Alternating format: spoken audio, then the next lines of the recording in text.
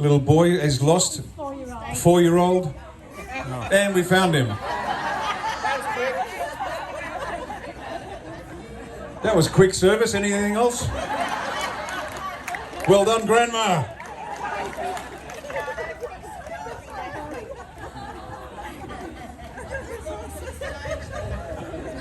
If only all problems were so easily solved.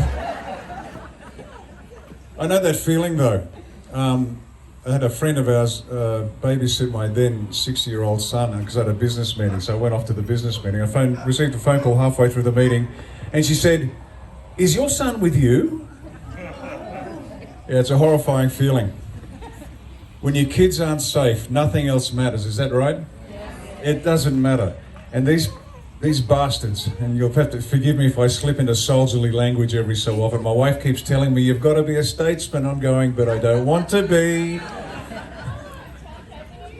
If our kids aren't safe, nothing else matters.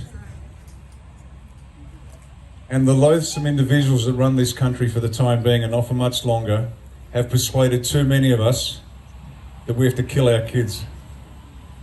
That's the depth of depravity that we face at the moment, ladies and gentlemen. It is beyond the ken of decent people. That's why we have so much difficulty waking them up. They just cannot believe that level of evil exists where they want us to kill our children. Now, the sad truth is, about 40% of Australians have been taking the jab. The good news is that means 60% haven't. So whenever you read the numbers that it's 70, 80% double vax, complete bullshit.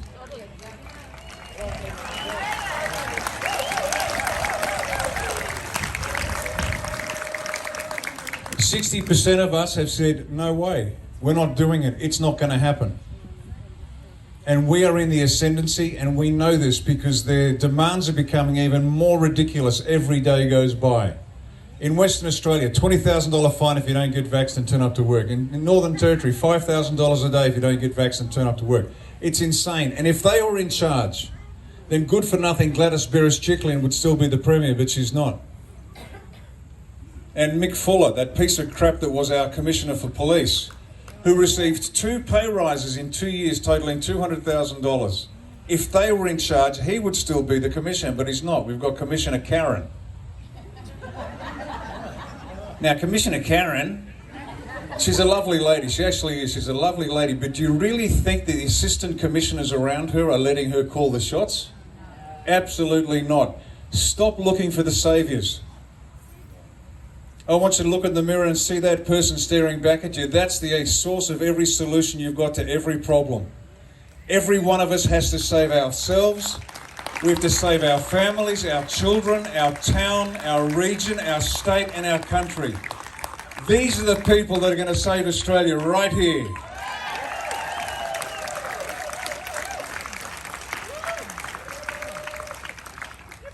And it's going to happen sooner than you think.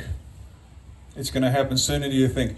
Because this has now come to its logical conclusion. They've run out of ideas. Enough of the bad guys have already been arrested. I don't know if you've been noticing, apart from the Australian politicians and police and the rest, they're all falling off the perch. Good for nothing Gladys, Mick Fuller, Dan Andrews has lost 3 of his MPs. If these people were in charge, they'd still be there, but they're not. Look internationally. The head of Twitter, gone. NBC, gone. CFO, gone. They're all disappearing one by one. The dominoes are falling. We are in the ascendancy, but your crooked media won't tell you that. So turn them off. And when you turn off the ABC and the commercials, because they're all the same, you don't pay for the commercials, so you just ignore them. But what you can do is you ring up Ita Buttrose at the ABC and give her a mouthful and tell her what you really think about the Australian Bolshevik Collective that won't tell the Australian people that they're being poisoned by the politicians, that won't tell the Australian people that the pedophiles are running the show. And the ABC has never once done an expose on pedophilia in this country.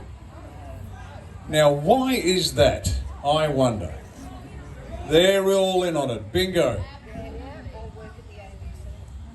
And so this is what we got to do. We take the power that is ours. Every one of you. And now you guys get it.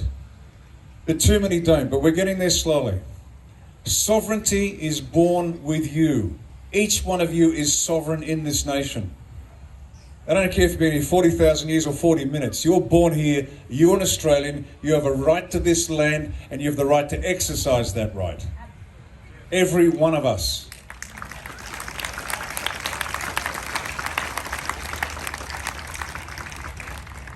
Now, I look forward to the day, and when I do rallies in Sydney and things like that, where we have a lot of different backgrounds, and it's wonderful. You see Italian flags and Greek flags and all these flags along with the Australian flags. And that's our past, and that's important. But I'm looking forward to the day we see one country, one people, and one flag. That'll be the day when we have come together as one, and we become undefeatable. Nothing and nobody will be able to touch us ever again. Because when every Australian realises that sovereignty lies in your heart and your soul, and nobody has the right to tell you how to live your life, as long as you leave everyone alone and don't break the law, then you have the right to live the way you choose. More importantly, you have the right to determine by whom and how you are governed. And if they, to quote the American Declaration of Independence, become destructive to your needs, you have the right to alter or abolish that government. Now, how would you like the right now to sack any MP that wasn't doing what it was told? Who would love that?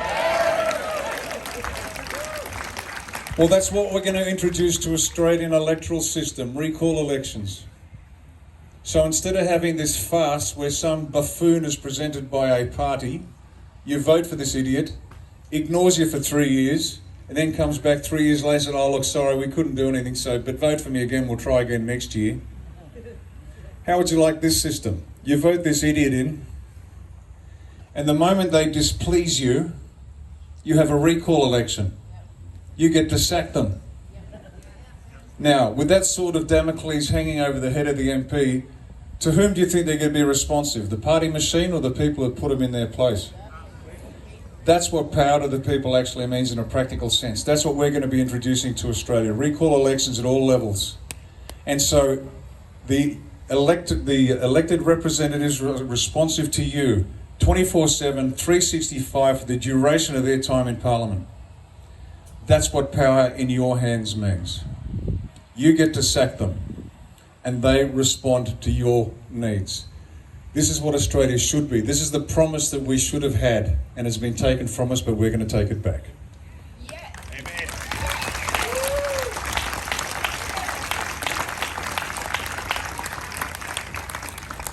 Now, as I said, the next few weeks some things will be happening.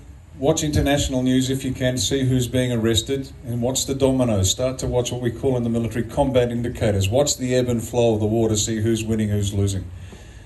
Now, the first 3 months of next year is going to be a little tough. Easiest way I can say this is that the poison that runs through this country is so pervasive, it's not like a cancer where you can cut out a section of skin or a section of muscle. The whole body is rancid. The Australian body politic, every aspect is rotten. The polity, the bureaucracy, the judiciary, the military, media, academia, business, unions, churches, synagogues, mosques, temples, you name it. There isn't one organ of state, there isn't one institution in this country that hasn't been penetrated by corruption. They get in at the leadership level, and then they pit us against each other at the base level. That's how they work. And so it's not a matter of just cutting out this group or cutting out that group, because they're all run by the same people. What's going to happen is a very slow removal. One by one, we start to remove them. Now, to do this, there's going to be a series of lockdowns next year, but run by white hats, not by black hats. So Jan to March next year, just be aware, what you need to do is this. Stock up on food and water, and make sure you can get through that period, just to stay off the streets, because things will be going on that won't be pleasant, and you won't want to be there. And if you thought it was embarrassing watching them elbow each other for a roll of sorbet in the aisles of Woolies, wait till people start killing each other over a tin of baked beans. So stock up food and water as best you can. Be smart, be a good Samaritan, put some aside for that idiot neighbour that doesn't think for himself yet, because he's going to turn up with his wife and starving kids, and you'll do the right thing and you'll look after him. You've got to band together as a community and look after each other and your friends. It won't last long, but it will be unpleasant, unfortunately. But there's nothing we can do about that. This is the way it has to be done. What about cash? Hang on to cash as much as you can. What they do with it is beyond our understanding at this stage. Hang on to cash as much as you can. For those of you who are into metals, buy the metals, silver, small denomination ingots. Don't buy the certificates. The certificates aren't worth the paper they're written on. Okay? But stock up on food and water. The system is going to be replaced, repaired, redesigned, and re-liberated with as minimal disruption as possible. But you've got to get through that first 3 months. After that, there's probably going to be an election about April, May. My guess closer to May. And by then we will have cleaned up the system enough so you get the chance to have the first clean election in probably 50, 60, 70 years.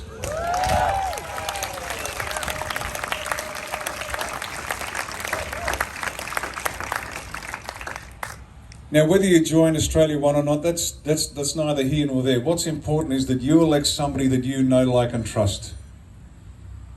Now, the way that we organise ourselves is that if you want an Australia One candidate in your seat, you have to form the branches. You've got to select your potential candidates. You have to run the presidential style primary, and then you select them. All we do at the head office is to vet them to make sure they're not crooks and spivs and pedophiles or whatever. But that's of primary importance. You hire them, you fire them. And the sort of good, decent A1 candidate we're looking for knows, first of all, they know nothing about politics. That's a real advantage. Because I get a lot of calls from people saying, I've been in politics for 30 years and you need to know what I know. And I politely reply, if you've been in politics for 30 years, you're the problem, mate. Click. But what we're looking for is just decent people who have a history of service in the community. And I don't care if you're the head chef at the local cafe or a cocky out in the land. Someone who has deep roots in the community, is known, liked and respected already. The sort of person who has a history of serving the community. They get involved. They're down at Bunnings running the sausage sizzle to raise money for the cancer kids. Whatever it might be. It's in their blood, it's in their DNA to serve. That's what you want as an MP. It's a bit like jury duty, a pain in the ass, but somebody's got to do it. No more snouts in the trough. But if you want an A1 candidate, form a branch, select, and when the word goes out, pick the best candidate you can and then get behind them and we'll help you. We'll train you up, we'll back you, we'll do what's got to be done. Because come the election, we want such an overwhelming result, it never even gets to preferences. The average electorate's got about 100,000 electors in it, and we want the results when the Australian Bolshevik Collective decides to call the election. They go, oh my God, Australia won. Australia won. Damn right Australia won.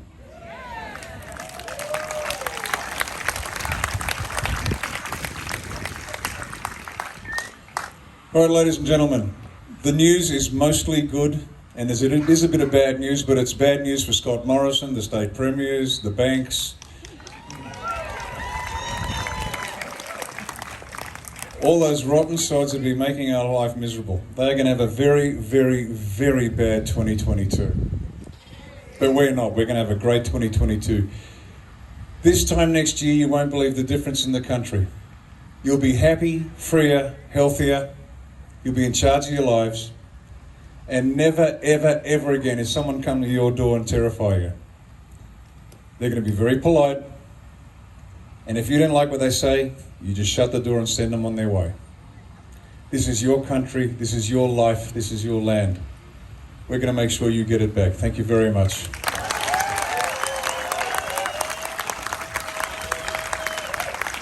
Thank you, Riccardo. I'm seeing more and more faces I know, and I'm just absolutely thrilled that Taree's standing for what's right for all of us. So everyone's saying words you all want to hear to encourage you. And one of the things with so many people from this community here today, we need you to start the stop. Stop wearing masks, stop wearing your exemptions, stop signing in, and stop everything. Do you know, you probably all know, just tell them this is unlawful, and you all know we can access the information. The Biosecurity Acts are not lawful. The word mandate does not even mean lawful, it means unlawful. You have to submit to it, and that's why people are submitting. For the few people that we've had locally who've stood up for what they believe and have been fined and had rides in paddy wagons, most of it is being thrown out of court. So a lot of you joined the rally last week to the Singleton pub, the Caledonian pub. His has been fully dismissed, and they started with 100,000 and 1,000 each. It's all been dismissed. So it's just a matter of standing your ground and knowing what the law is. All federal law outweighs anything state. So please stand your ground, and let's en masse, where we've come from Port, from Newcastle, from Foster and Taree today, stand your ground and start walking into shops and supermarkets. And I think the fine for asking you to prove your health status on a federal level is something like 63,000. So yeah, start saying, we'll threaten you. But anyway, without further ado, we have to get the Bosies out of their accommodation before 11 o'clock, people. So let's be united in singing our national anthem. And thank you all so much for coming. And I am so thrilled to see people's faces that I know that are standing for truth and freedom. Good morning to you all. And the flags, we're in distress. Thank you. We're not in distress for much longer. Good morning all.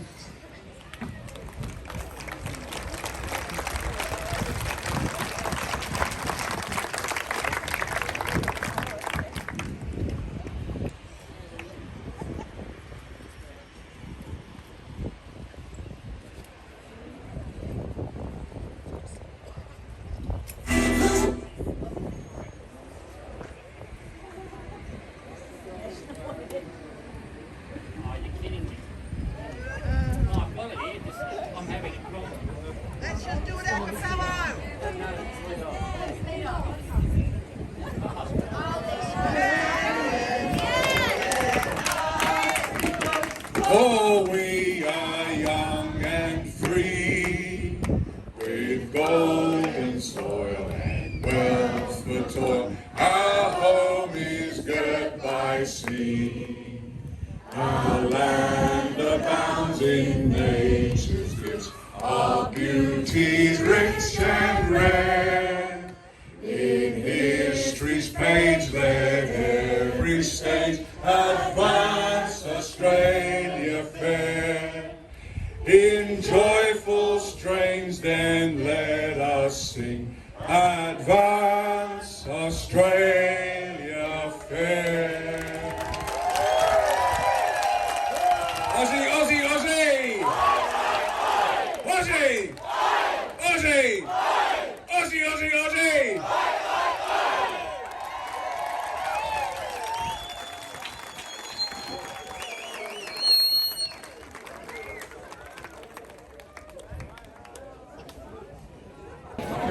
Yes, sir.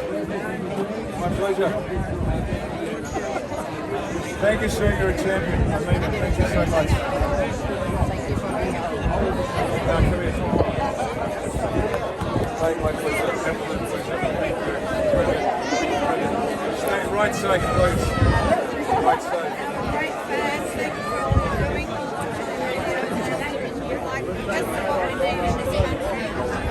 It's amazing what more than the word.